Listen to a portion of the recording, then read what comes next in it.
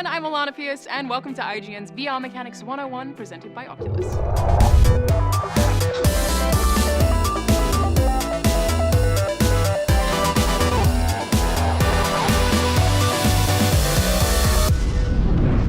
The way we experience stories in VR is so unique to that medium, in large part because players usually have complete control over where they're looking. It's entirely possible that you could be staring at one pretty thing while important narrative-driving drama unfolds somewhere else in a 360-degree space. Because of that, developers have to focus on guiding our attention rather than just writing words.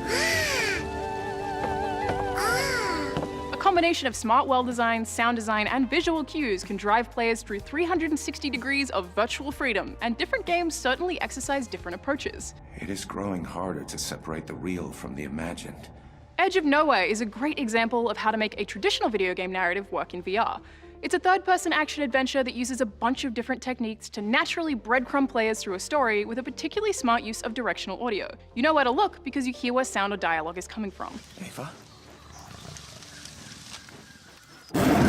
Sometimes it actually doubles down on that by putting you in environments that don't have a whole lot to see during dialogue-heavy sequences, like in the cockpit of a plane with nothing but white coming through the windows, distracted from the game's narrative direction, and most probably won't even notice this design choice. In some instances, Edge of Nowhere also features actual cutscenes with a fixed camera. That's pretty uncommon in VR, but works when put in the right places for things players absolutely cannot miss. It's an interesting risk that doesn't really exist for older storytelling mediums. On a completely different note, Allumette is a beautiful, colourful VR film without any spoken dialogue. Instead of having you control the story's protagonist, you act as nothing more than a giant floating camera, an observer in the skies. You can look wherever you wanted, and that's almost encouraged since the environments are so dense and fascinating to look at, but Allumette's purpose is to tell a story. While it doesn't force you to watch the center of the action, and you are actually able to step back to zoom out or lean in to zoom in some cases causing you to miss scenes entirely, the story is pieced together in a way that those choices will only make your experience feel more personal. Because of that, and the lack of dialogue, the storytelling has to depend on things you will encounter and your desire to look for it. And it is a touching story about a family and parenthood, but that's definitely selling it short. It's loosely based off of a story published in 1845 called The Little Match Girl that tells a story about a dying child's dreams. It's a genuine human tale that's made all the more impactful by the unparalleled immersion VR can offer, and while it is short, it's a great proof of concept for VR films as a whole.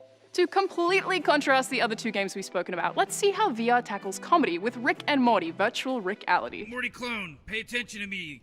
I need you to take this laundry and put it in the washing machine. Made by the same team as one of the most popular VR games ever, Job Simulator, this adaptation of the highly regarded TV show has some unique challenges. Timing is so important to comedy, and when players have some control over pace and complete control over how much attention they pay to action, how do you make something funny, especially when it's all in first person? Oh, good, you found the watch. You're not as dumb as I thought. Okay, use that to call me back once you get the lay of the land. Virtual Rick-ality, of course, has witty writing, ridiculous scenarios, and is littered in references to the show, but the funniest moments come as a result of the things you personally actually do, like clearing some unsavory things off of Rick's PC, to pick one of the tamer examples. And thanks to a cohesive story, what you do is contextualized very well. You're one of many disposable Morty clones, so you do a bunch of compromising stuff, and you, as a player, are often actually the butt of a joke, even in death. Boy, this Morty clone, he really doesn't know what the hell it's doing. The power of player agency has you personally feeling like you're the one completing the different tasks, and that's such a powerful and unique thing to tackle in VR.